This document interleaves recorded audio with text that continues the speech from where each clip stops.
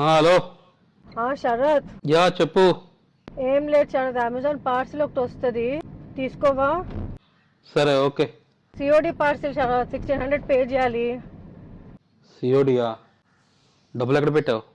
Boss లేదు, నువ్వే pay చేసేసి. ఇస్తానులే, ఏం చేస్తాను. Okay okay bye. రోజుకి మినిమం 2-3 పార్సల్ వస్తాయి కానీ తెల్లవారదు మాకు. ఎంత అవుతుందో నెలకు అసలు ఏం ఆలోచిస్తున్నారా? నా భార్య ఎంతే, అందరి భార్యలు ఎంతో అర్థం అవ్వదు. నువ్వు పెళ్లి చేసుకోపోతేనే గొడవే లేదు, హాయిగా ఉండొచ్చు. లేవంటే నేను చేసుకోవడం ఎక్కువ అంటది, పెద్ద అందగత్తలో ఫీల్ అయిపోద్ది. మధ్యన ఒకటి, మేడం మీరు చాలా అందంగా ఉంటారు, మీ శారీస్ చాలా బాగుంటాయి అంటే ఇంకా ఫీల్ అయిపోతుంది. ఏవో ఆర్డర్ ఇచ్చేస్తుంది రోజును. వాళ్ళు పొగడ్డానికి ఈ అమ్మాయి చేయడానికి సరిపోయిందని నేను. ప్రతిదీకి కొత్త చీర కొత్త డ్రెస్ ఎక్కడ తెచ్చేస్తాం? ఇప్పుడు సంవత్సరం మొత్తం చేయాలంటే సంవత్సరం మొత్తం 360 చీరలు కావాలి, మళ్ళీ అవి కొత్తవి కావాలి.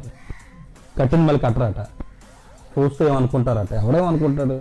ఇవి రాసుకుంటారు వాళ్ళు, మొన్న నిషా ఈ చీర కట్టింది, నిన్న నిషా ఈ చీర కట్టింది అనుకొని. దేశం అభివృద్ధి చెందాలంటే ఈ ఆడవాళ్ళు మారాలి. అంత కష్టంగా ఉంటే ఎలా శరత్? ఎందుకు ఉంటున్నావు నువ్వు? ఎందుకు పెళ్లి చేసుకున్నావు?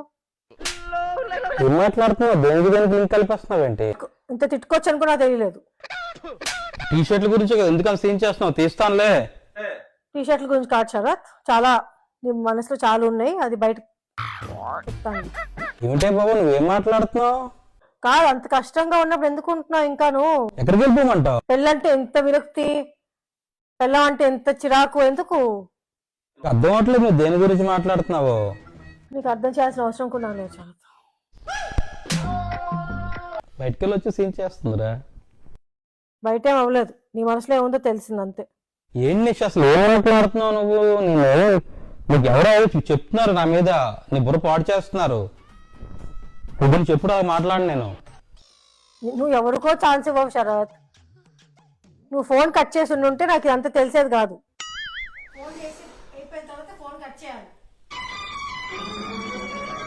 ఓహో, ఇంకా అరగంట సేపు తిట్టుకున్నావు కూర్చొని. ఇన్ని తిట్లు తిట్టొచ్చా నాకు తెలియలేదబ్బా.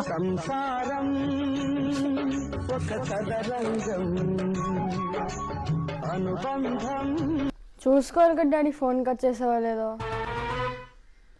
నేను కోరుండి ఫోన్ ఆన్లో పెట్టాను, మీ అమ్మకి తెలియాలని. నీకు దండం డాడీ. మడిసన్నా కాసింత కళా కోసం ఉండాలయ్యా.